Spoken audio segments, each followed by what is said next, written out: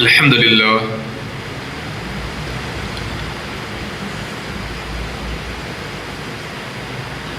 الحمد للہ الذی بیدہ تصریف الاحوال وتخفیف الاسقال والصلاة والسلام علی سید الہادین الی محاسن الافعال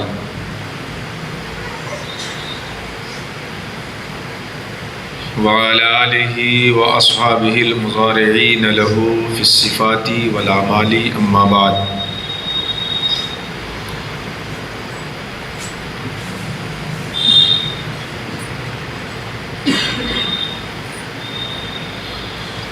فقد قال اللہ تبارک و تعالی فی خطابہ القدیم و کلامہ العظیم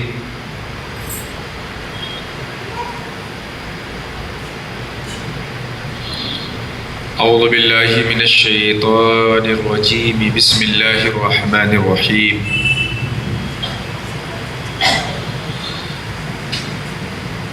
فلولا نفر من كل فرقة طائفة ليتفقهوا في الدين ولينذروا قومهم إذا رجعوا إليهم لعلهم يحذرون۔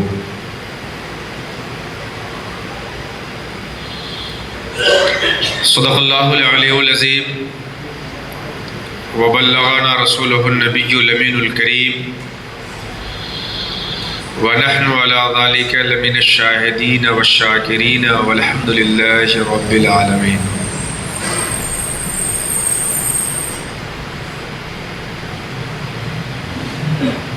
سب سے پہلے ہم اور آپ انتہائی خلوص و محبت اور عقیدت و احترام کے ساتھ باعث تخلیق دو عالم سرور آدم و بنی آدم خاتم پیغمبران سید انس و جان ارواحنا فدا جناب محمد رسول اللہ صلی اللہ تعالی علیہ وسلم کی مقدس ترین بارگاہ میں درود پاک پیش کر لیں۔ اللہم صلی علی سیدنا حبیبنا شفیعنا مولانا محمد وعلی آل سیدنا و مولانا محمد بارک وسلم صلاۃ تبقى و تدوم بدوام الملک الحی القیوم۔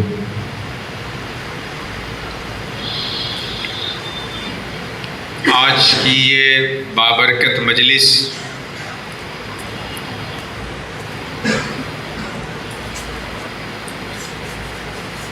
جشن دستار عالمیت اور ردائے قرت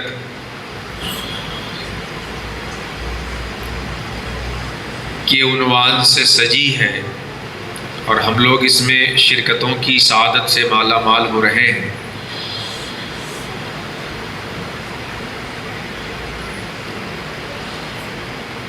میری طرف سے میری دل کی اتھاہ گہرائیوں سے مبارکبادی ہے عزیزم مولانا حنظلہ سلمہ کو اور عزیزہ کیف الورا عرف عریضہ فاطمہ۔ مولا کریم ان دونوں کو یہ نعمتیں مبارک کرے اور ان کے والدین کو بھی یہ عظیم نعمت بہت بہت مبارک ہو۔ ہم سب لوگ دعا کریں کہ مولا کریم جو علم ان لوگوں نے حاصل کیا ہے اس پہ اللہ انہیں چلائے اور لوگوں کو اس علم کی روشنی میں دین کی طرف لانے کی توفیق عطا فرمائے۔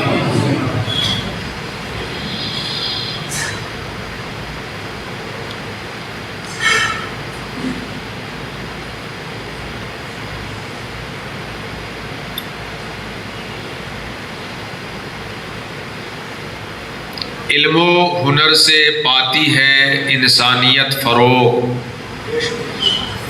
علم و ہنر سے پاتی ہے انسانیت فروغ، انسان زندہ لاش ہے تعلیم کے بغیر، انسان زندہ لاش ہے تعلیم کے بغیر۔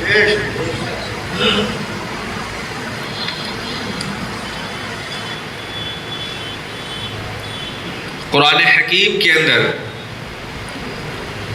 اور احادیث کریمہ کے اندر علم کی فضیلت پہ جتنی آیتیں اور روایتیں موجود ہیں، اگر صرف ایک طرف سے ان کو پڑھا جائے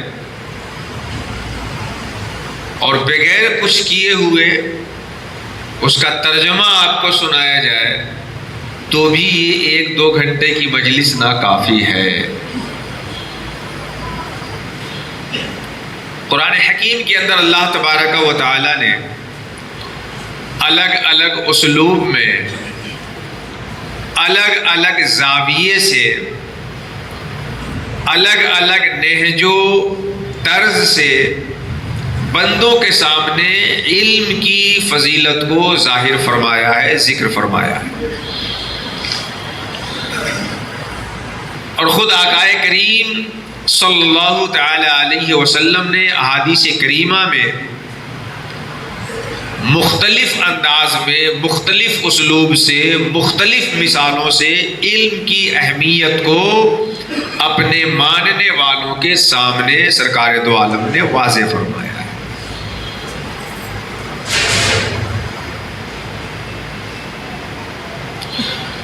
اور اس زمانے میں جو زمانہ کے سائنس کا زمانہ ہے، ٹیکنالوجی کا زمانہ ہے، علم کا زمانہ ہے، ایجوکیشن اور شکشا کا زمانہ ہے، تعلیم کا زمانہ ہے، اس زمانے میں تو میرے خیال سے جس کو علم حاصل نہیں ہے اس کو بھی علم کی اہمیت ضرور حاصل ہے۔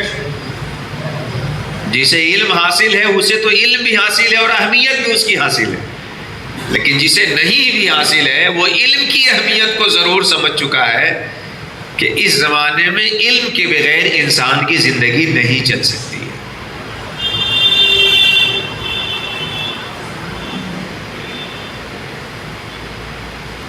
ہم اپنی آج کی اس مختصر سی گفتگو میں آپ کے سامنے اس چیز کو کلیئر کرنے کی کوشش کریں گے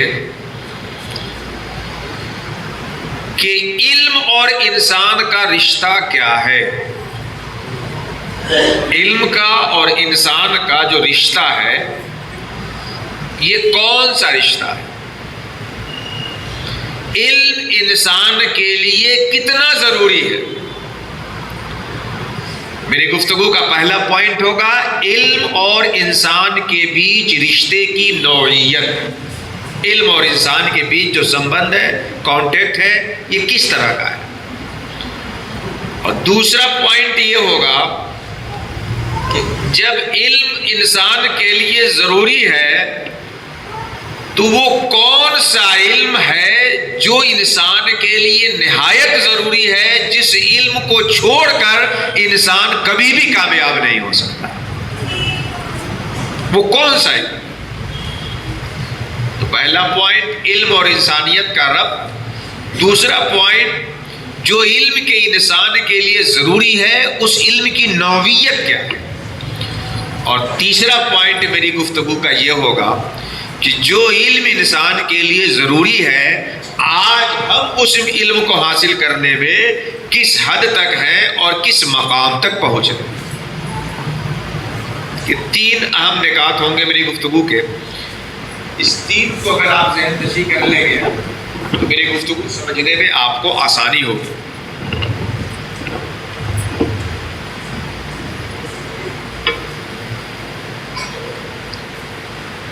سب سے پہلا پوائنٹ علم اور انسانوں کے بیچ ربط۔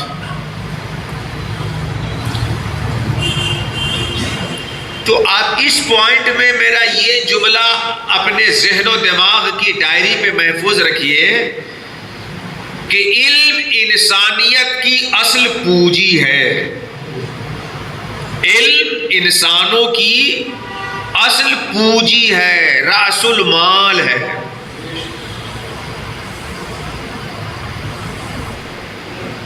چنانچہ علم انسان کی اصل پونجی ہے، علم انسان کا رأس المال ہے، علم انسان کا اصل سرمایہ ہے۔ اس بات کو سمجھنے کے لیے آپ اپنی ابتدائی تخلیق کے ادوار پہ چلیے۔ قرآن حکیم کے اندر اللہ سبحانہ و تعالیٰ سورہ بقرہ کے اندر پہلے پارے کے اندر فرماتا ہے وَإِذْ قَالَ رَبُّكَ لِلْمَلَائِكَةِ إِنِّي جَاعِلٌ فِي الْأَرْضِ خلیفہ۔ اللہ تعالیٰ نے جب حضرت آدم کو بنانا چاہا تو فرشتوں کے سامنے اس نے اپنے ارادے کا اظہار فرمایا اور فرشتوں سے کہا کہ انی جاعل فی الارض خلیفہ، اے فرشتوں میں روئے زمین پہ اپنا نائب بنانا چاہتا ہوں، میں اپنا خلیفہ بنانا چاہتا ہوں۔ فرشتوں نے کہا اتجعل فیہا من یفسد الدماء ویسفک وَنَحْنُ نُسَبِّحُ بِحَمْدِكَ وَنُقَدِّسُ لَكَ۔ پروردگار تو زمین پہ ایسے کو خلیفہ بنائے گا جو زمین میں فتنہ پھیلائے گا، جو زمین میں خوریزی کرے گا۔ وَنَحْنُ نُسَبِّحُ بِحَمْدِكَ وَنُقَدِّسُ لَكَ، اور ہم تو تیری پاکی بیان کرتے ہیں، تیری تسبیح بیان کرتے ہیں، رات دن تیری کبریائی کے بیان میں لگے ہوئے۔ جب اللہ نے حضرت آدم کی تخلیق کا ارادہ ظاہر کیا تو فرشتوں نے کہا کہ ایسے کو اپنا خلیفہ بنائے گا روئے زمین پہ جو خوریزی کرے گا، فتنہ فساد پیدا کرے گا، اور ہم تو تیری پاکی بیان کرنے والے ہیں۔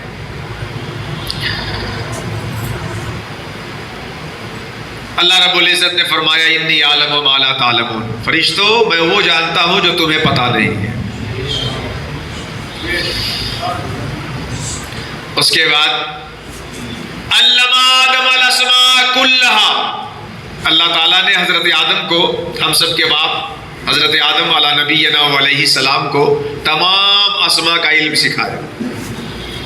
علم آدم الاسماء کلہا، حضرت آدم کو تمام اسماء کا علم عطا فرمایا۔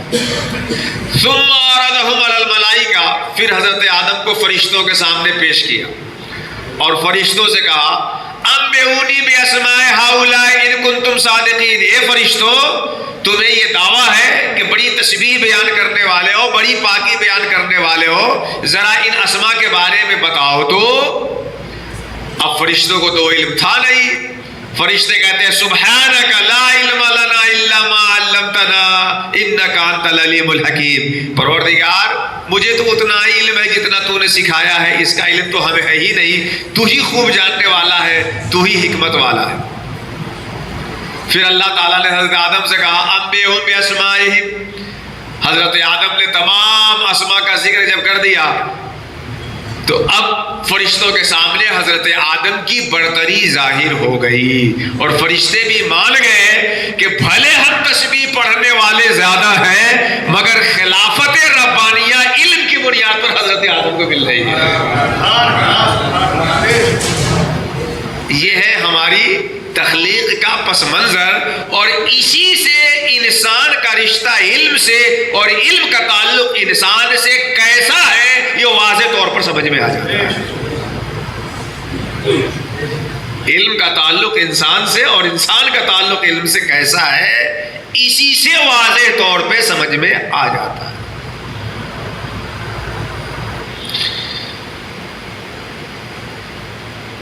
آج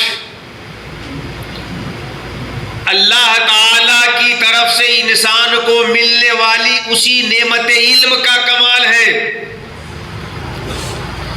کہ یہ 4 فٹ کا انسان اپنے سے کتنے لمبے ٹرین کو لے کے پٹریوں پہ دوڑ رہا ہے۔ یہ اسی علم کی کارکردگی ہے کہ یہ 40 50 60 70 کلو وزن کا انسان کتنے ٹن وزنی ہوائی جہاز کو لے کے ہوا میں اڑ رہا ہے۔ اسی صفت علم کا اثر ہے کہ آج انسان سورج کی کرنوں کو اپنے قبضے میں کر کے دن میں نکلنے والے سورج سے اپنے رات کی تاریکی کو روشنی میں بدل رہا ہے. یہ اسی صفت علم کا کمال ہے کہ اپنے سے زیادہ موٹے اور وزنی ہاتھی پہ چڑھ کر کے سواری کر رہا ہے, اپنے سے لمبے اونٹ کو اپنے قبضے میں کیے ہوا ہے. شیر جنگل کا جانور اور بہادر, اسے انسان اپنے قبضے میں کر کے پنجرے میں لے آتا ہے, چڑیا گھر میں لے آتا ہے اور لوگوں کو ٹکٹ دکھا دکھا کر کے اپنی روٹی کا انتظام کر رہا ہے. یہ ہے صفت علم جس کی بنیاد پر انسان کو اللہ رب العزت کی خلافت و نیابت کی عظیم سعادت ملی ہے, عظیم سعادت ملی. لیکن ہاں,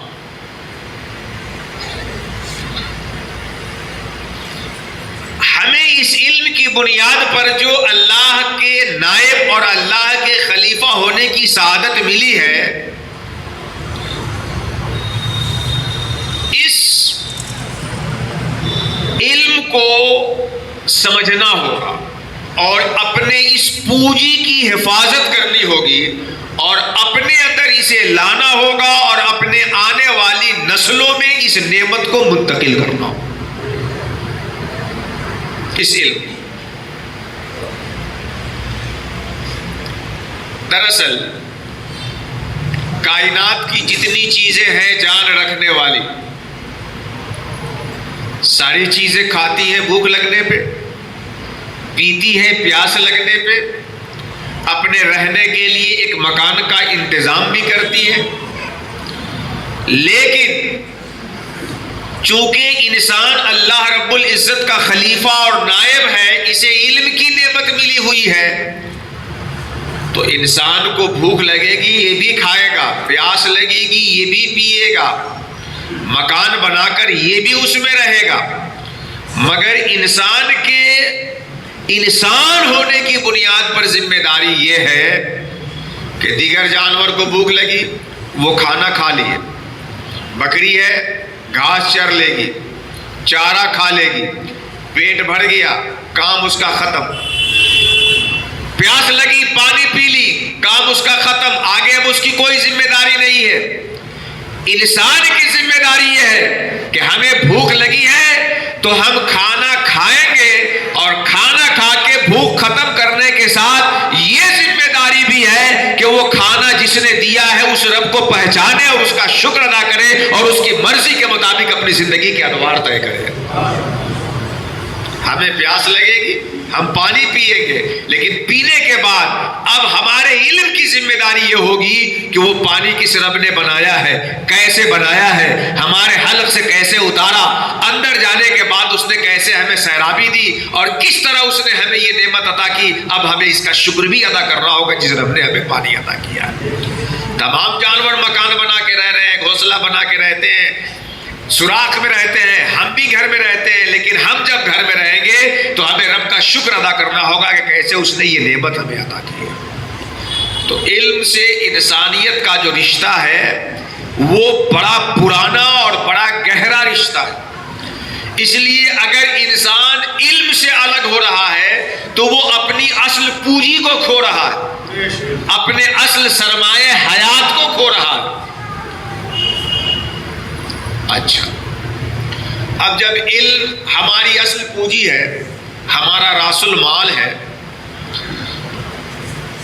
تو یہ علم ہے کیا چیز؟ جب علم ہماری اصل پونجی ہے تو یہ علم ہے کیا؟ یاد رکھیے, علم لفظ کو پڑھ لینے کا نام نہیں ہے. علم ایک لینگویج سے, ایک بھاشا سے دوسرے بھاشا میں ٹرانسلیٹ کر لینے کا نام نہیں ہے. علم سند لے کر غرور اور تکبر میں مبتلا ہونے کا نام نہیں ہے. علم کہ آپ اتنا حاصل کر لیں، اتنا معلومات آپ کے پاس آ جائے کہ جو نہیں معلوم ہے، جو آپ کے سامنے آتا جائے اس کا حکم آپ کو پتا چلتا ہے۔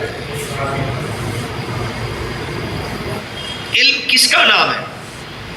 علم اس چیز کا نام نہیں ہے کہ ہم لفظ پڑھ لیں، علم اس کا نام نہیں ہے کہ ہم ایک بھاشا سے دوسرے بھاشے میں اس کا انواد کر لیں، ٹرانسلیٹ کر لیں۔ آج کل لوگ بہت تیر مار کے آگے بڑھتے ہیں تو دو چار کتابوں کے لفظ کو پڑھنا سمجھ لیتے ہیں، اس کے آگے جب کوئی کمال کر کے جاتا ہے تو ایک زبان سے دوسرے زبان میں ٹرانسلیٹ کرنے کا فن جان جاتا ہے۔ لیکن یہ ساری چیزیں علم کی سیڑھی ہیں، یہ ساری چیزیں علم کی سیڑھی ہیں، اسٹیپس ہیں، زینے ہیں۔ بھائی مسجد میں سے کوئی نماز جماعت سے پڑھنے آئے گا تو پہلے اپنے گھر سے لے کے مسجد کے باہر تک کی مسافت اس کو طے کرنی ہوگی۔ مسافت طے کرنے کے بعد جو زینے مسجد کے ہیں ان زینوں کو طے کر کے مسجد میں آنا ہوگا۔ اب نہ جا کے وہ مسجد میں آ گیا ہے اور جماعت میں شریک ہوگا۔ یہ اور بات ہے کہ اللہ بڑا فضل فرمانے والا ہے، جماعت کی نیت سے جب بندہ گھر سے نکلے گا تو اٹھنے والے ہر قدم کو عبادت بنا کے ثواب عطا فرمائے گا، لیکن جماعت کا جو معنی ہوگا وہ مسجد میں آ کے جماعت میں شریک ہونے سے حاصل ہوگا۔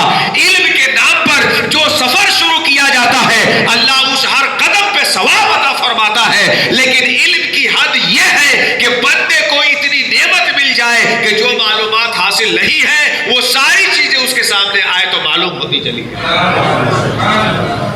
یہ ہے علم کی حقیقت۔ علم کی حقیقت یہ ہے کہ جو چیز آپ کو معلوم نہیں ہے آپ اتنا معلومات حاصل کر لیں کہ وہ چیز جب آئے تو آپ جان جائیں گے۔ جیسے آپ کے پاس ٹارچ ہے، ٹارچ، تو ٹارچ کا یہ مطلب تو نہیں نہ ہوتا ہے کہ زمین میں جلائیں تو دکھ جائے اور زمین سے ہٹ کر اوپر نیچے دائیں بائیں مارے تو کچھ نہ دکھے، یہ مطلب نہیں ہوتا ہے ٹارچ کا۔ ٹارچ کا مطلب یہ ہوتا ہے کہ وہ روشنی آپ کے پاس آ گئی، ٹارچ کی روشنی آپ کے پاس آ گئی۔ اب آپ کی زندگی میں جو چیز بھی سامنے آئے گی جب ٹارچ اس پہ ماریں گے تو وہ کھل کے دکھ جائے گا کہ لمبی چیز سانپ ہے کہ رسی ہے۔ ایسے ہی علم نور ہے، جب یہ کسی کے سینے میں آ جاتا ہے تو دنیا کی جو چیز اس کے سامنے آئے گی وہ اس کا فیصلہ کر لے گا اپنے علم کی روشنی میں کہ اس کی حقیقت کیا ہے، اس کی حیثیت کیا ہے۔ یہ ہے علم کی حیثیت۔ اور اس پوائنٹ کو ذرا سمجھیے تاکہ ہم علم کیا ہے اور بچوں کو کیسے دلائیں وہ یہ آپ کو سمجھ میں آ سکے۔ علم لفظ پڑھنے کا نام نہیں ہے اور ایک لفظ سے دوسرے لفظ میں ٹرانسلیٹ کرنے کا نام نہیں ہے۔ ہاں لفظ پڑھ لینا، ٹرانسلیٹ کر لینا اس حقیقت تک پہنچنے کا ذریعہ ضرور ہے، مگر علم یہ ہے کہ جتنی معلومات آپ کو دی گئی ہے اس سے اتنی چھمتا آپ کے اندر آ جائے، صلاحیت آ جائے کہ جو نہیں معلوم ہے وہ بھی معلوم ہوتے جائے۔ میں دستار بندی کا موقع ہے، میں اپنی زندگی کا واقعہ شیئر کرتا ہوں۔ آپ ہنسیں گے بھی کہ مولانا صاحب شروع میں کتنے بیوقوف تھے۔ میں اپنی زندگی کا ایک واقعہ بتاؤں گا آپ کو، میں ایک زندگی کا واقعہ بتاتا ہوں بہت، اور مولانا حنظلہ صاحب آپ ہی ہیں، اللہ آپ کو مبارک کرے، آپ غور سے سمجھیے اس چیز کو۔ ہم جب عالم پڑھتے تھے پڑھائی تو 7-8-9 سال کا کورس ہوتا ہے، تو ہم یہ سمجھتے تھے، مطلب دل میں تصور رہتا تھا کہ جب دستار بندھتی ہوگی نا علماء کے ہاتھوں، بڑے بڑے نیک لوگوں کے ہاتھ، متقی لوگوں کے ہاتھ ہے، تو ایسا ہوتا ہوگا کہ جیسے ڈبیا دیا سلائی جانتے ہیں آپ لوگ، اب تو ڈبیا اور دیا سلائی کا بھی تصور ختم ہو گیا ہوا ہے، یا اب اس زمانے میں ڈیجیٹل لائٹ جو ہے، ایک الیکٹریشین آیا، پورا وائرنگ سیٹ کر دیا، بلب لگا دیا، سب صحیح کر دیا، اب گھر میں داخل ہونے والا داخل ہوتا ہے تو بٹن آن کرتا ہے اور بتی بتی جل جاتی ہے. تو ہم یہ سمجھتے تھے کہ 9 سال جو عالمیت کا کورس ہے اس میں ڈبیے کو بنایا جاتا ہے, وائرنگ کی جاتی ہے, پائپ لگایا جاتا ہے, بلب لگایا جاتا ہے, اور جب دستار دی جاتی ہوگی تو گویا کہ بٹن آن کر دیا جاتا ہوگا, ڈبیے میں سلائی بار کے لگا دی جاتی ہوگی. اب جس کو دستار ہو گئی اس کا ذہن اتنا روشن ہو جاتا ہوگا کہ جو چیز آئے اس کو سمجھ لے جائے. میرا یہی تصور دستار سے پہلے میرے ساتھ رہتا. میرا جو تصور رہتا تھا دستار سے پہلے وہ یہ کہ دستار ہونے کا مطلب یہ کہ ابھی 8 سال 9 سال جو ہم پڑھ رہے ہیں نا, تو وہ اپنے لالٹین کو, اپنے ڈبیے کو, اپنے گھر کے وائرنگ کو صحیح کر رہے ہیں. اور جس دن علماء سر پہ دستار باندھ دیں گے وہ یا اس میں ماچس مار کر کے ڈبیے میں لگا دیا اور وہ روشنی ہو گئی, اب آن کر دیا, بلب جل گیا. لیکن سچ جانیے یہ تصور میرے دل میں رہتا تھا, اور جب دستار بندھی اور عالم کی چیزیں ساری روشن نہ ہوئی تو میرا یہ تصور دھوکہ کھانے لگا. لیکن اللہ زبان سے جھوٹ نہ بلائے, جب شیخ کامل کی قدموں کو بوسہ لینے کی سعادت حاصل ہوئی, کامل فقیر کی صحبت ملی ہے, تب جا کے فلہمہا فجورہا و تقواہا کی نعمت اللہ نے دی. تو سمجھ میں آتا ہے کہ واقعی علم اس کا نام ہے کہ کامل فقیر اس بتی کو رگڑ کر کے اتنا روشن کر دے کہ جو آئے اسے دیکھ کے اللہ کی یاد آنے والی.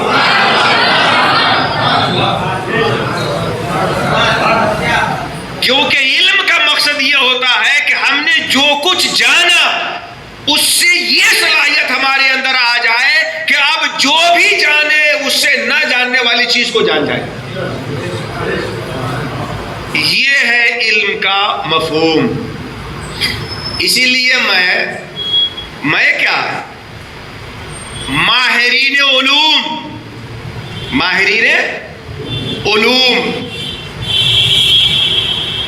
علوم کے جو ماہرین ہیں, اسپیشلسٹ ہیں, انہوں نے بتایا ہے کہ علم کا خلاصہ CCC ہے. علم کا نچوڑ, علم کا خلاصہ CCC یعنی CCC.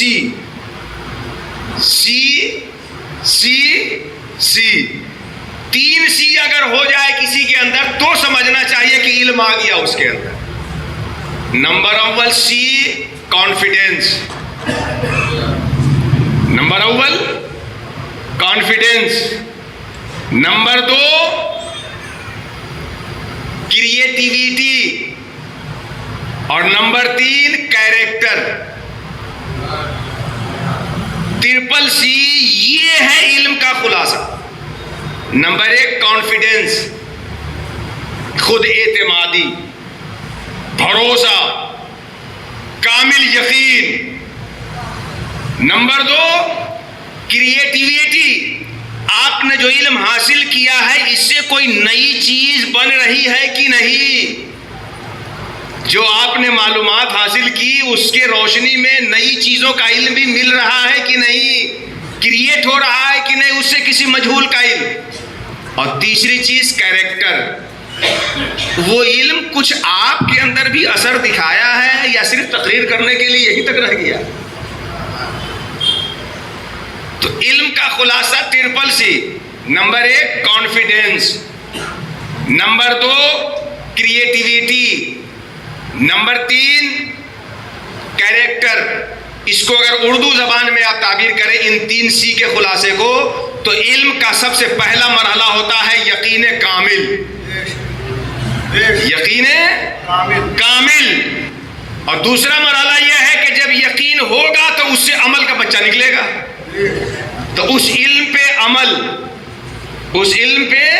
عمل اور اس کے ذریعے سے جو چیز نہیں جانتا ہے اس کا نتیجہ معلوم ہو.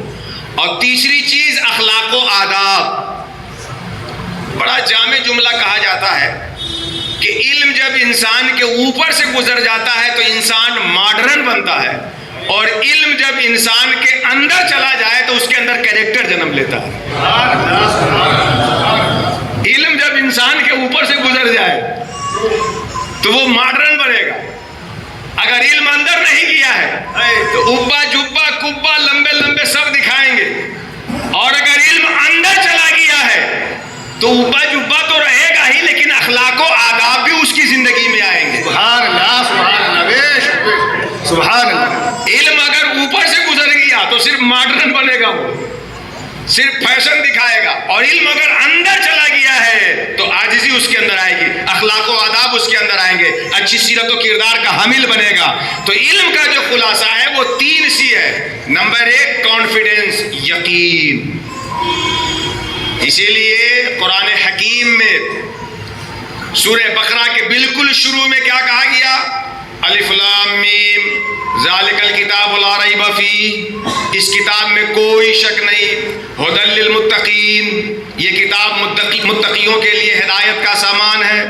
الذین یؤمنون بالغیب, جو بن دیکھے ایسا یقین رکھتے ہیں کہ جس کو دیکھنے کے بعد کسی کو یقین حاصل ہو. سبحان اللہ, سبحان اللہ. حضرت مولا کائنات کہتے ہیں کہ اگر لو کشف الغطا مزدد تو یقیناً میرے سامنے سے پردہ ہٹا دیا جائے تو پردہ سے پہلے جو یقین تھا اس میں کوئی ذرہ تبدیلی نہیں ہونے والی ہے, کوئی یقین کا اضافہ نہیں ہونے والا ہے, کیونکہ بن دیکھے ایسا یقین ہے جیسا کسی کو دیکھنے کے بعد. سبحان اللہ, سبحان اللہ, سبحان. ایمان بالغیب جو لگائی گئی شرط متقیوں کے لیے وہ وہی کانفیڈنس, اعتمادی کیفیت, یقین کی صفت ہونی چاہیے. جو علم ہم اپنے بچے کو دیں اس میں بچے کے اندر یقین کی کیفیت آنی چاہیے. دوسری چیز, اس علم سے کوئی نئی چیز پیدا ہو. آپ دنیا کے معاملے میں دیکھیے, سائنس والے ٹیکنالوجی کے ذریعے سے, سائنس کے ذریعے سے نئی نئی چیزیں دنیا میں لا رہے ہیں, لیکن نئی کیا لا رہے ہیں؟ نئی لا رہے ہیں, مگر نئی کیا لا رہے ہیں صاحب؟ لوہا پہلے سے موجود, المونیم پہلے سے موجود, تانبا پہلے سے موجود, زمین کے اندر پیٹرول پہلے سے موجود, ڈیزل اللہ نے بنا دیا, کیروسین اللہ نے بنا دیا, معدنیات میں کوئلہ, تانبا, سونا, چاندی, ساری چیز پہلے سے موجود. اللہ نے جب چاہا کہ انسان جو اس کا خلیفہ ہے اس خلافت کا ظہور بھی ہو تو اس نے انسان کے ذہن و دماغ میں طرح طرح کی باتیں ڈالی, اور پھر اسی انسان کے ہاتھوں پہ جو چیز پہلے موجود تھی اس کو نئی شکل میں ڈھالتا گیا, اور جیسے جیسے شکل بدلتی گئی دنیا ترقی کرتی چلی گئی. یہ کیا ہے سائنس اور ٹیکنالوجی میں کہ جو چیز موجود تھی اس کو ایسی ترتیب دو کہ وہ ایک نئی موجود شکل میں آئے. آپ نے دیکھا ہوگا یہ موبائل 2017 کا ماڈل کچھ اور, 18 کا ماڈل کچھ اور, 19 کا ماڈل کچھ اور, 20 کا ماڈل کچھ اور, لوگ 20 میں لے لیے تھے تو اب 23 میں اچھا خاصا موبائل بیچ کے 23 والا ماڈل لینے جا رہے ہیں. تو اس موبائل میں کیا ہے؟ زیادہ فیچر تو وہی ہے جو اس میں بھی ہوتے ہیں. کیا کیا موبائل کمپنیوں نے؟ وہی ساری چیزیں تھی, اس کو ایک نئے شکل میں لایا, اس کو ایک نئے ایٹریکٹیو انداز میں, ایک اچھوتے انداز میں پیش کیا. تو ہے وہی سارے فیچر اس کو, لیکن بدل بدل کے اسی چیز کو ایسی ترتیب دے رہے ہیں کہ ایک نئی چیز بن جا رہی ہے. اور یہی علم کا نتیجہ ہوتا ہے کہ کریٹیویٹی ہونی چاہیے. جو یقین آپ کے اندر آیا ہے اس کے اندر سے کوئی نہ کوئی جنم لینا چاہیے, کوئی نہ کوئی پیدا ہو. اور تیسرا ہے اخلاق و آداب. چونکہ ایک درگاہ شریف کے قریب ہم لوگ بیٹھے ہیں, بڑی ناحق تلفی ہوگی کہ علم کی بات ہو اور اس میں صوفیہ کے کسی اشارے کا ذکر نہ لایا جائے. مشائخ نے فرمایا ہے کہ العلم بلا عمل عقیم, اول عمل بلا علم سقیم, اول عمل مال علم صراط مستقیم.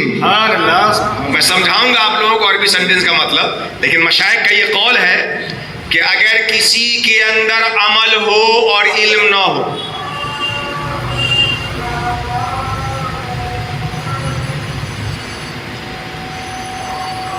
کیا فرمایا کہ العلم العمل بلا علم بلا عمل سقیم. اگر کوئی عمل کرے اور اس کا علم ہی اس کو نہ ہو, نماز پڑھنے کوئی آ جائے, نماز پڑھنے کا طریقہ پتہ نہ ہو, روزہ کوئی شروع کر دے, روزہ رکھنے کے احکام معلوم نہ ہو, تو بغیر علم کے اگر کوئی عمل کرے گا تو وہ عمل سقیم ہوتا ہے، یعنی اس میں کوئی نہ کوئی کمی آ جاتی ہے، کوئی نہ کوئی شرط چھوٹ گیا، کوئی نہ کوئی ادب چھوٹ گیا۔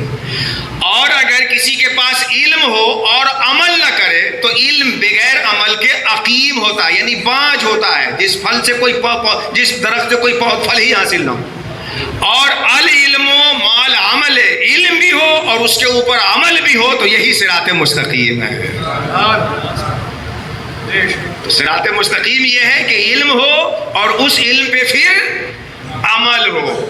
اسی لیے دیکھیے سورہ فاتحہ میں اللہ رب العزت نے جو ہمیں سبق سکھایا، اہدنا الصراط المستقیم، یہ اللہ ہمیں سیدھے راستے پہ چلا، صراط الذین انعمت علیہم، وہ راستہ جو تیرے انعام یافتہ بندوں کا ہے، غیر المغضوب علیہم ولا الضالین، ان کے راستے پہ نہ چلا جو تیری گمراہ راستے پہ ہیں اور جن پہ تیرا غضب ہوا۔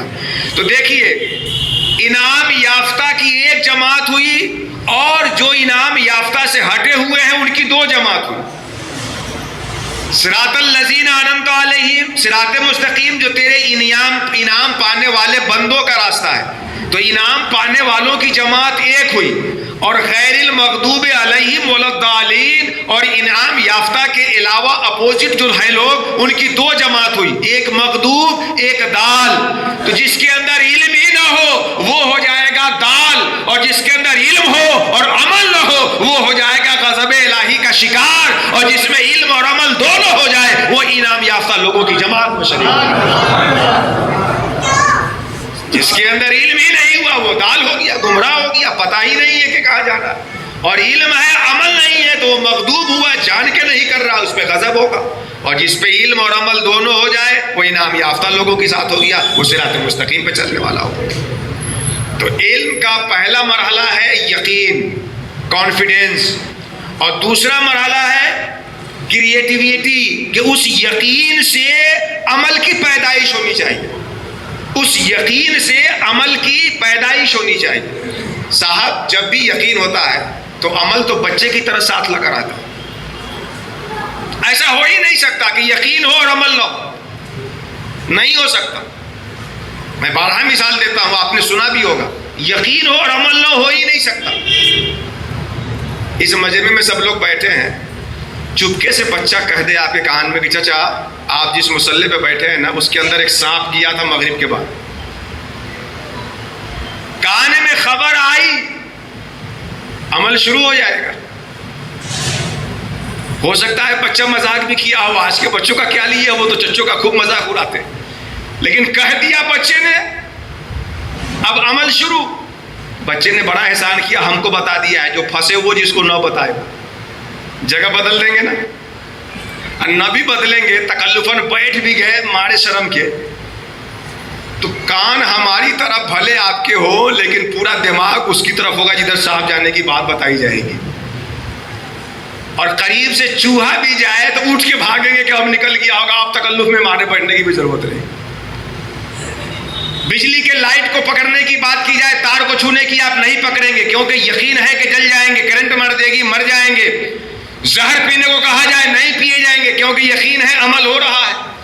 آگ میں بیٹھنے کے لیے کہا جائے نہیں بیٹھیں گے کیونکہ یقین ہے تو عمل ہو رہا ہے۔ جب جب یقین انسان کے اندر ہوتا ہے عمل لازمی طور پر انسان کے اندر پایا جاتا ہے۔ جس طرح چاند سے چاندنی کو، سورج سے روشنی کو، گلاب سے خوشبو کو الگ نہیں کر سکتے ہیں، کامل یقین جب ہو تو عمل کا بچہ کبھی الگ نہیں ہو سکتا۔ تو علم کا پہلا سرا ہے یقین، دوسرا سرا ہے اس سے عمل، اس پہ عمل، اور تیسرا سرا ہے اخلاق و آداب۔ اخلاق و آداب۔ اب میں نے جو آیت کریمہ پڑھی ہے وہ آیت سنیے، پھر علم کا مقام و مرتبہ سنیے۔ میں نے آیت پڑھی فلولا نفر من کل فرقۃ منہم، ایسا کیوں نہ ہوا کہ مسلمانوں کی ہر جماعت سے ایک جماعت اور ایک گروہ نکلتا، لیتفقہوا فی الدین، تاکہ وہ دین کی سمجھ حاصل کرے اور وہ اپنی قوم کے پاس لوٹ کر کے اپنی قوم کو ڈرائے تاکہ وہ قوم ڈرنے والی ہو جائے۔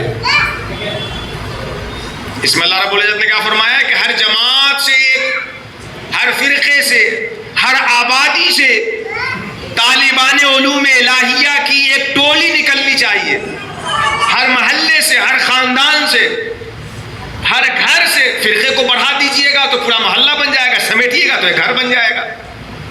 اب جس درجے پر رہ کر کے جو عمل کر لے جائے، ہونا تو یہ چاہیے کہ ہر گھر میں ایک دین جاننے والا ہو، تاکہ جب پڑھ کر کے آئے تو گھر والوں کو اللہ کے عذاب سے ڈرائے۔ ہر گھر میں نہیں ہو سکتا ہے تو ہر خاندان میں ہو جائے، ہر خاندان میں نہیں ہو سکتا ہے تو ہر محلے میں ہو جائے۔ اللہ کا شکر ہے کہ مفتی التمس مصباحی صاحب بھی زبردست علم حاصل کر کے آپ کے بیچ آئے ہیں۔ اللہ رب العزت نے انہیں علم کے اندر اور دولت دی، عزیزم حنزلہ سلمہ کو۔ مولا کریم ان سبھی لوگوں کو، ہم سبھی لوگوں کو علم کا جو مقصد ہے دین کی سمجھ حاصل کرنا اور اپنے لوگوں کو ڈرانا، اس دین کے صحیح منہج پہ قائم رہنے کی توفیق عطا فرمائے۔ تو ہر جماعت سے، ہر آبادی سے ایک جماعت ہو جو نکلے دین کی سمجھ حاصل کرنے کے، دین کی سمجھ۔ بخاری شریف کی حدیث ہے، بلکہ امام مسلم نے بھی روایت کیا ہے، متفق علیہ روایت ہے کہ من یرید اللہ بہ خیرا یفقہہ فی الدین، اللہ تعالیٰ جس کے ساتھ بھلائی کا ارادہ فرماتا ہے اسے دین کی سمجھ عطا فرماتا ہے۔ تو اللہ نے کہا کہ ہر آبادی سے ایک لوگ نکلے، ایک جماعت نکلے جو دین کی سمجھ حاصل کرے، دین کی سمجھ حاصل کرے۔ اور بخاری شریف میں سرکار نے فرمایا کہ اللہ جس کے ساتھ بھلائی کا ارادہ کرتا ہے اسے دین کی سمجھ عطا فرماتا ہے۔ یہاں اتر کر کے، رک کر کے میں آپ کی توجہ ایک خاص بات پہ لانا چاہوں۔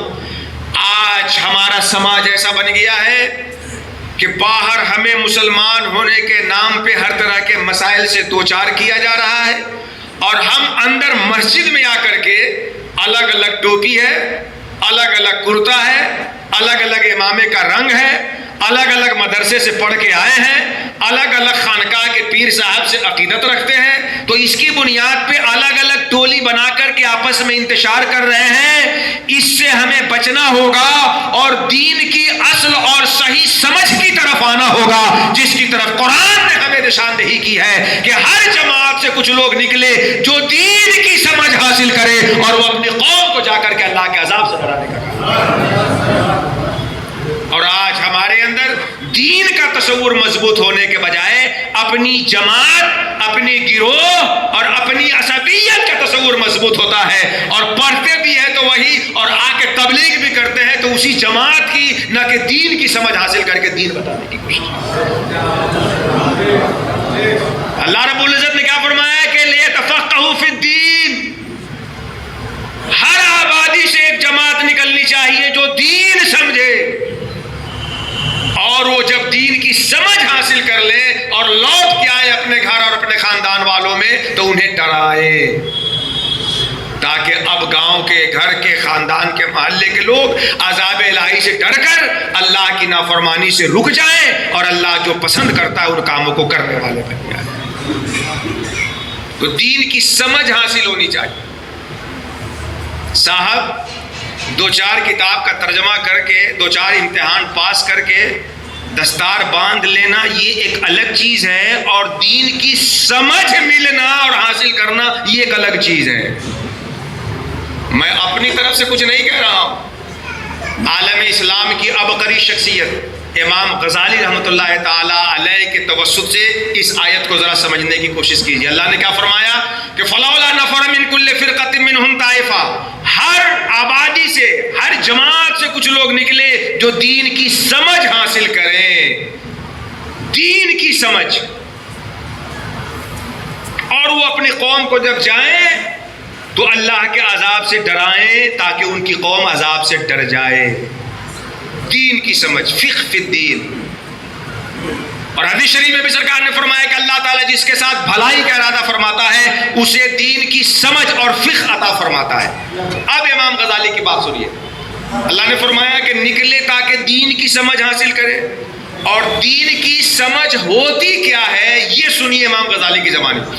امام غزالی فرماتے ہیں کہ فقہ فی الدین کا، اس میں کہا گیا نا کہ دین کی سمجھ حاصل کرے، دین کی سمجھ کا سب سے نچلا اسٹیپ، دین کی سمجھ کا سب سے پہلا درجہ یہ ہے کہ وہ شخص آخرت کو دنیا پہ ترجیح دینے والا بنے۔ امام غزالی کیا فرماتے ہیں کہ تفقہ فی الدین کا، دین کی سمجھ حاصل ہونے کا سب سے پہلا درجہ یہ ہے کہ اگر کوئی پڑھ کے آپ کے پاس آیا ہے تو اس میں یہ چیز ہونی چاہیے کہ وہ آخرت کو ترجیح دینے والا ہو، اس دنیا کے پیچھے اپنے علم کو دنیا حاصل کرنے کا ذریعہ بنانے کے بجائے علم کو آخرت حاصل کرنے کا ذریعہ بنانے والا ہو اور لوگوں کو آخرت کی فکر دلانے والا ہو۔ امام غزالی نے کیا فرمایا کہ تفقہ فی الدین کا سب سے پہلا درجہ یہ ہے، سب سے پہلا درجہ کیا ہے کہ آخرت اس کی نظر میں دنیا سے راجع ہو جائے۔ آخرت تو آپ سب لوگ سمجھتے ہی ہیں، مرنے کے بعد ہم لوگ پھر دوبارہ زندہ کیے جائیں گے اور ہر عمل کا اللہ کے پاس حساب ہوگا، اچھا کریں گے تو ثواب پائیں گے، برا کریں گے تو عذاب پائیں گے۔ اس آخرت کی فکر اتنی زیادہ ہو کہ وہ غالب ہو اور دنیا اس کے بالمقابل مغلوب ہو، یہ ہے تفقہ فی الدین کا سب سے پہلا اسٹیپ۔ اچھا، یہ بات میں نے امام غزالی کی کہی، بہت سے لوگ کہہ سکتے ہیں کہ صاحب امام غزالی کو ماننا ضروری ہے کیا؟ ہم لوگوں کے نزدیک یہ سوال نہیں ہوگا، لیکن بہت سے لوگ کہہ سکتے ہیں۔ آج کل تو جیسی منہ ویسی بات، جیسا منہ ویسی بات۔ اب میں اس بات کو قرآن سے مضبوط کرتا ہوں اور بڑی متانت و سنجیدگی کے ساتھ اس پوائنٹ کو ذہن نشین کیجیے کہ علم والا کون ہوتا ہے، علم والا کون ہوتا ہے۔ اب ذرا قرآن شریف کی آیت میں آپ کے سامنے لاتا ہوں، اس کو ذرا دیکھیے۔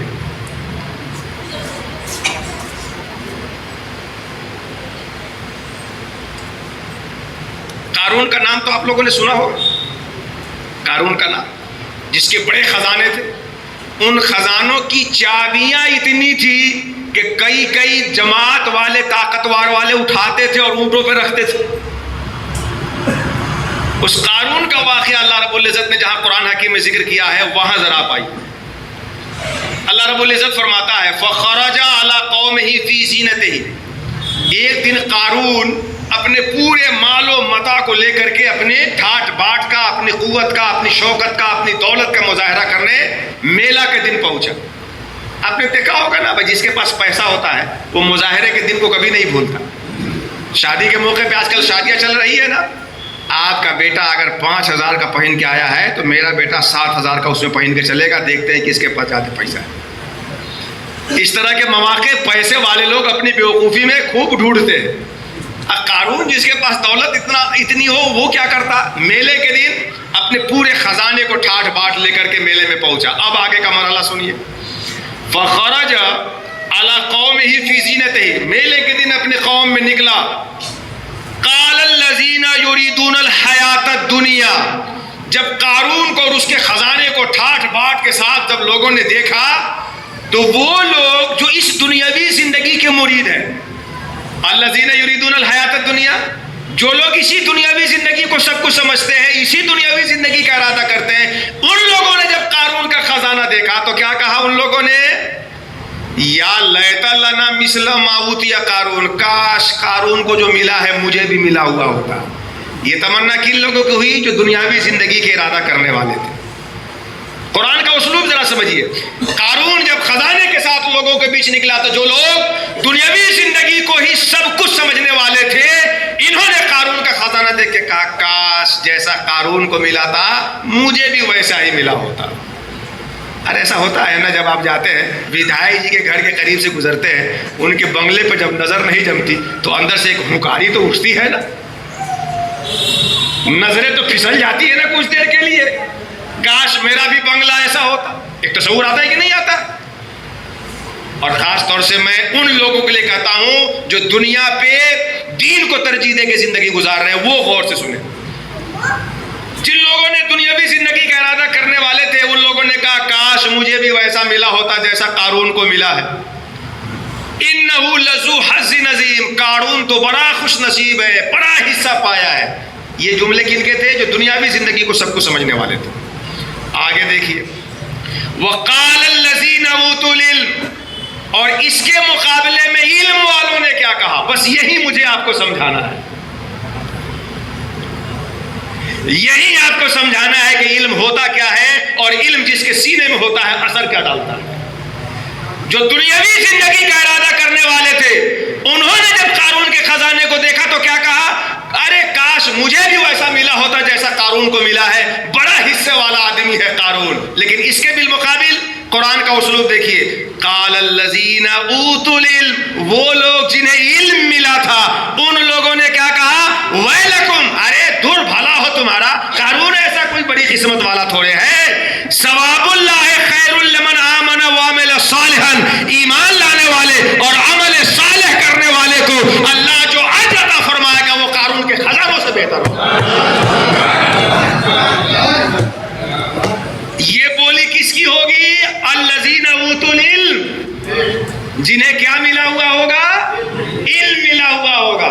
اب یہیں سے اس کو اور اس کو لے لیجئے. جو دنیاوی زندگی کا ارادہ کرنے والے تھے، دنیا ہی کو سب کو سمجھنے والے تھے، انہوں نے کہا قارون بڑا خوش نصیب ہے، ہمیں بھی ویسا ملا ہوتا. لیکن جنہیں علم ملا ہوا تھا انہوں نے کیا کہا؟ انہوں نے یہ کہا کہ بھلا ہو قارون کو کیا ملا ہے، ایمان والوں کو جو اللہ عطا فرمائے گا وہ قارون کے خزانوں سے بہتر ہے. اس سے پتہ چلا کہ علم وہی علم ہوتا ہے جو آخرت کی نعمتوں کو چمکا کر دنیا کو پھیکا بنا دینے والا. علم وہی علم ہوتا ہے جو آخرت کا تصور ہمارے ذہن و دماغ میں. یہ قرآن کا اسلوب آ رہا ہے سمجھ میں. بعد میں کبھی فرصت سے اس کو کھول کر کے دیکھیے گا. میں ابھی آگے بڑھتا ہوں. قال الذین اوتوا العلم، جنہیں علم ملا تھا انہوں نے کیا کہا؟ ویلکم، ارے بھلا ہو قارون کو کیا ملا ہے؟ ثواب اللہ خیر، اللہ کا جو بدلہ ہوگا وہ بڑا بہتر ہوگا ایمان اور عمل صالح والے کے لیے. ولا یلقاها الا الصابرون، اور وہ اللہ کا بدلہ تو صبر کرنے والے پائیں گے. بس اس میں آگے جانے کے بجائے، ورنہ میری گفتگو آگے مڑ جائے گی. میں بتانا یہ چاہ رہا تھا کہ امام غزالی نے کیا کہا کہ لِيَتَفَقَّهُوا فِي الدِّينِ، ہر جماعت سے کچھ لوگ نکلے دین کی سمجھ حاصل کرنے کے لیے. اور دین کی سمجھ کا ادنا درجہ یہ ہے کہ اس کے ذہن و دماغ میں آخرت غالب آ جائے، دنیا مغلوب ہو جائے. اگر ایسا نہیں ہے تو قرآن نے جنہیں اوتوا العلم کہا ہے اس کے صف میں نہیں آ سکتا. ہم کہہ دیں مولانا صاحب، ہم قد آدم بڑا اشتہار چھاپ کر کے پھلا پھلا اتنے القاب لگا دے کہ لقب بھی کہے کہ کتنی لاٹھی مجھ پہ مارو گے. لیکن قرآن کی نظر میں اوتوا العلم وہ ہوں گے جو دنیا پہ آخرت کو راجے دینے والے ہوں گے، راجے کرنے والے ہوں گے، ترجیح دینے والے ہوں گے. لِيَتَفَقَّهُوا فِي الدِّينِ، دین کی سمجھ حاصل کرے. اور دین تین چیزوں کا مجموعہ ہے. ہر جماعت سے ایک نکلے لوگ جو دین کی سمجھ حاصل کرے. اور دین کتنی چیزوں کا مجموعہ ہے؟ تین چیزوں کا. اس پہ میری مستقل گفتگو آپ کے سامنے ہوئی ہے. یہاں میں صرف دین کا تصور واضح کرنے کے لیے کرتا ہوں کہ دین کی سمجھ حاصل کرے. اور دین تین چیزوں کا مجموعہ ہے. نمبر 1 عقیدہ، نمبر 2 عمل، اور نمبر 3 اخلاق و آداب.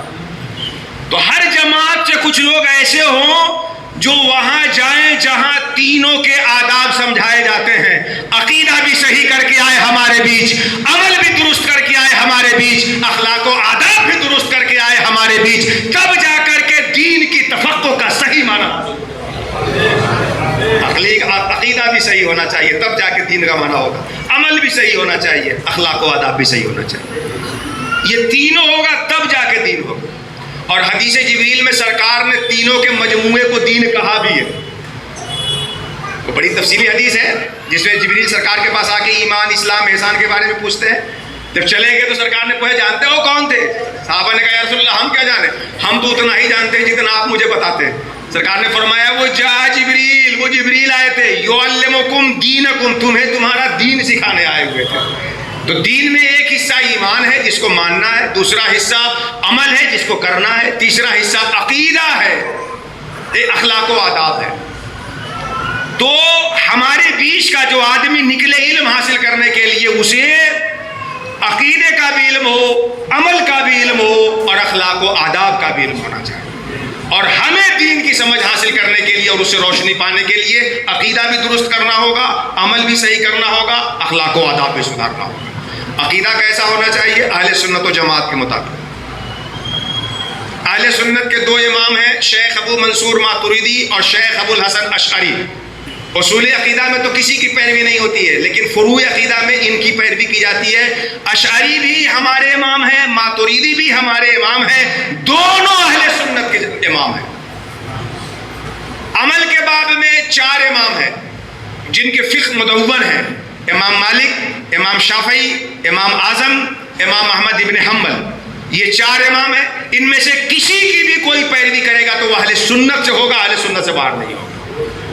اخلاق و آداب میں بھی 4 بڑے مشہور سلسلے ہیں: قادریہ، چشتیہ، نقشبندیہ، سہروردیہ. پھر اس کے بہت ساری شاخیں ہیں جو اوپر جا کر کے انہی میں ضم ہو جاتی ہیں، انہی میں مل جاتی ہیں.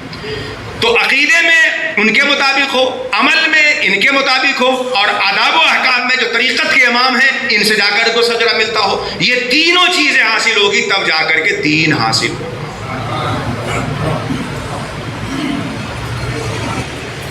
یہ تو ہوا علم کے حوالے سے کہ علم اسلام انسان کا اصل سرمایہ ہے. اور علم صرف زبر زیر صحیح کر لینے اور ترجمہ کر لینے کا نام نہیں، بلکہ اس کے اندر کریٹیویٹی ہونی چاہیے. جو معلوم ہے اس سے کوئی دوسری چیز معلوم ہو، جو معلوم ہے اس سے کوئی دوسری چیز معلوم ہو. صاحب آپ دیکھ رہے ہیں کہ پنکھا چل رہا ہے، اور پنکھا تبھی چلتا ہے جب لائٹ ہوتی ہے. تو ان دونوں سے ایک تیسری چیز آپ کو معلوم ہونی چاہیے کہ لائٹ موجود ہے. بات سمجھ میں آ رہی کہ نہیں آ رہی؟ میں آپ کے بیچ جب بھی آتا ہوں تو بہت اطمینان سے تقریر کرتا ہوں، 1.25 گھنٹہ، 1.5 گھنٹہ، 1.25 گھنٹہ. رات میں خوب بڑھیا سے ناشتہ کھانا کرتا ہوں، صبح نکلتا ہوں. آج میں پہلے بول کر جلدی نکل رہا ہوں، اس کا مطلب یہ ہے کہ معمول کے مطابق کچھ مجبوری ہوگی. تو اب یہ چیزیں ہیں نا جس کے جاننے سے کوئی دوسری چیز آدمی جان لے رہا ہے. یہی علم ہوتا ہے، نہ یہ کہ صرف سامنے کی چیز کو دیکھے اور آگے کچھ جانے ہی نہیں. یہ علم ہوتا ہے. اب وہ علم جو ہمیں حاصل کرنا ہے اس میں بہت ساری چیزیں ہیں، لیکن اس میں خاص طور پہ جو ہمیں حاصل کرنا ہے: فرائض واجبات کا علم، مکروہ اور حرام کا علم، عقیدے کو صحیح کرنے کا علم، اخلاق و آداب کو درست کرنے کا علم. اور علم کا جو مقصود ہے کہ کسی چیز کو دیکھنے کے بعد جس تک نہیں پہنچا جا سکتا ہو اس تک پہنچنا، یہ چیز کا شعور. اب ذرا اس حوالے سے دنیا پہ غور کیجیے. الذین یذکرون اللہ قیاما وقعودا وعلی جنوبہم ویتفکرون فی خلق السماوات والارض ربنا ما خلقت ھذا باطلا سبحانک فقنا عذاب النار. اللہ کے بندے زمین و آسمان میں غور کرتے ہیں، فکر کرتے ہیں. زمین ہم دیکھ رہے ہیں مگر زمین کے بنانے والے تک ہماری آنکھوں کی رسائی نہیں ہے. آسمان ہم دیکھ رہے ہیں مگر اس کے بنانے والے کا ادراک ہم اپنی آنکھوں سے اس دنیاوی زندگی میں نہیں کر سکتے. پانی ہم پی رہے ہیں مگر بنانے والے تک ہم نہیں پہنچ پا رہے ہیں، اس کو نہیں دیکھ پا رہے ہیں.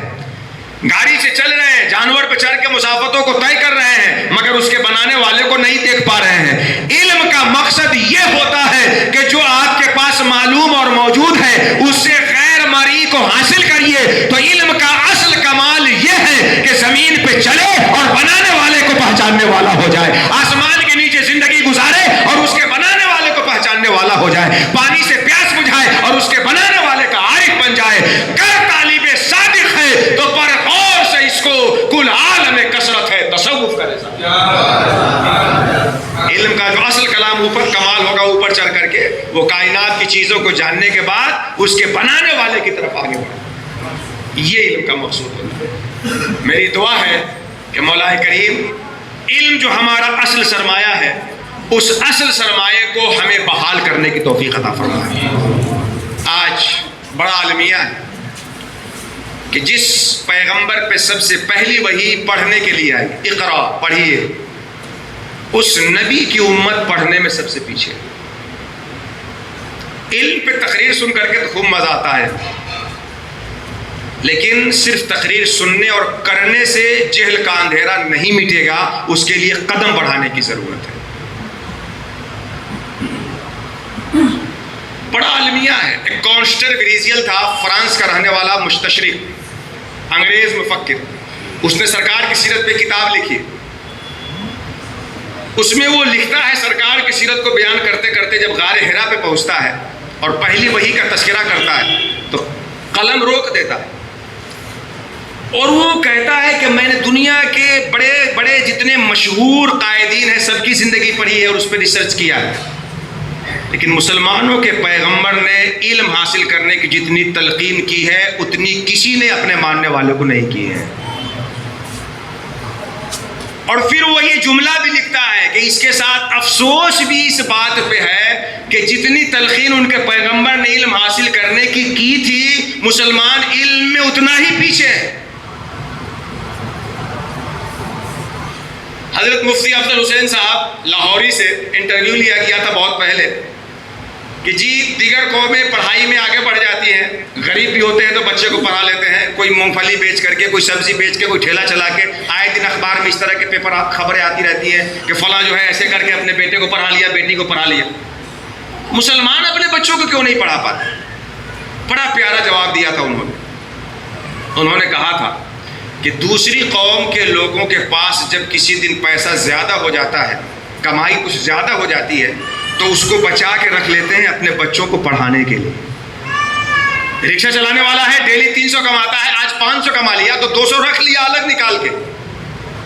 یہ جو 300 کا روٹین ہے اس کے مطابق تو خرچہ گھر کا چلے گا، سب ہوگا، یہ 200 خاص رہے گا، جب بچے کو پڑھائی میں ضرورت پڑے گی تب لگائیں۔